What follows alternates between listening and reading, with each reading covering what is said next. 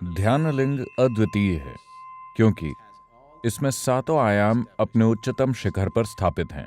एक तरह से अगर आप ध्यान लिंग को देखें, उसका ये मतलब है कि वो एक बैठे हुए जीवित व्यक्ति जैसा है जिसकी ऊर्जा अपने चरम पर है। अगर आप उसके परे जरा भी दबाव देते हैं तो वो अपना आकार खो देगा। किसी आकार को बनाए रखने के लिए आपको समझना होगा कि अगर आपकी ऊर्जाएं अपनी जीवंतता खो दें तो आप अपने शरीर को थाम कर नहीं रख सकते। आप शरीर छोड़ देंगे। इसी को वृद्धावस्था कहते हैं। बुढ़ापे में बस यही होता है कि आपकी ऊर्जाएं अपनी तीव्रता खो रही हैं। चाहे शरीर फिट हो, भौतिक शरीर बिल्कुल फिट हो, फिर भी आप देखेंगे इन दिनों बहुत कम लोग बुढ़ापे से मरते हैं। बस शरीर का कोई अंग खराब हो जाता है और वो मर जाते हैं। वरना क्या आपने किसी को सिर्फ बुढ़ापे से मरते हुए देखा है? सब कुछ ठीक है, मगर वो धीरे धीरे घटते जाते हैं क्योंकि ऊर्जा ने अपनी तीव्रता खो दी है। अब वो शरीर को थाम कर नहीं रख सकती।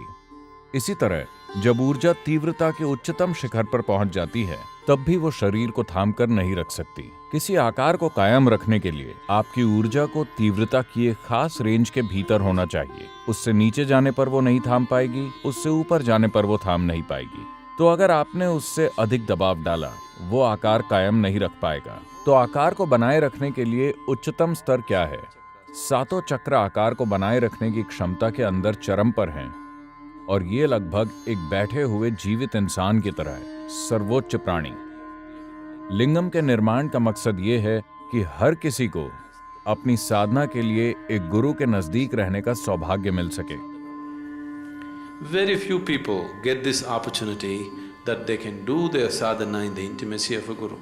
बहुत कम लोगों को गुरु के सानिध्य में अपनी साधना करने का मौका मिलता है। अगर आप जरूरी कृपा के बगैर अपनी साधना करते हैं तो जो एक पल में हो सकता है उसमें आपको कई जन्म लग जाएंगे। ध्यान लिंग आपको यही संभावना प्रदान करता है कि लोग अपनी साधना एक जीवित गुरु के सानिध्य में कर सके, बिना किसी निर्देश के, बगैर किसी भौतिक उलझन के।